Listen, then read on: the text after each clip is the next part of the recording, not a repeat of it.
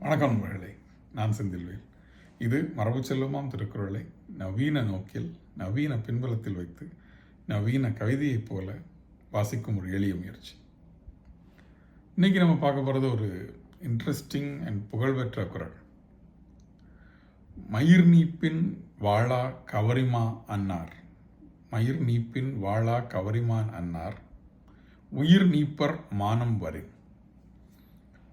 மயிர் நீப்பின் வாழா கவரிமா அன்னார், உயிர் நீப்பர் மானம் வரை. தன்னுடைய ஒரு மயிரை துறக்க நேர்ந்தால் எப்படி வாழாதிருக்குமோ கவரிமான், அதுபோல தன் மானம் இழந்துபடுகின்ற நிலைமையை அடைபவர்கள், மானம் இறங்கும் நிலையை அடைபவர்கள் உயிர் துறப்பார்கள். மானம் இழந்து வாழாமல் இருப்பதற்காக உயிர் துறப்பார்கள். ஒரு எக்ஸ்ட்ரீம் இதை சொல்கிற மாதிரி இருக்கு. ஆனால் இந்த குறளில் இந்த ஒரு கீவேர்டை வேறு மாதிரி படித்தோன்னா இதற்கு இன்னொரு ஸ்லைட்லி டிஃப்ரெண்ட் அர்த்தம் வருதோன்னு தோணுது. கவரிமா அப்படின்னு சொல்லலை, கவரி மான் அப்படிங்கிற வார்த்தை இல்லை, கவரி மா அப்படின்னு தான் இருக்குது அந்த வார்த்தை.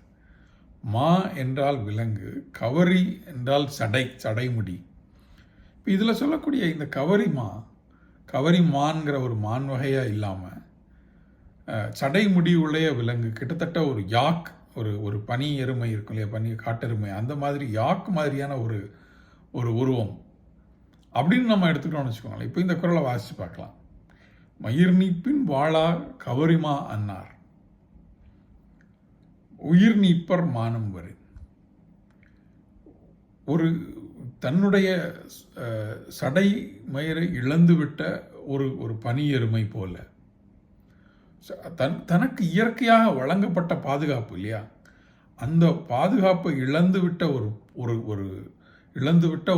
ஒரு பனி எருமை எப்படி வாடி வதங்கி மரணித்து போகுமோ, இயற்கையோடு போராடி மரணித்து போகுமோ, அதுபோல உயிர் நீப்பர் மானம் வரும்.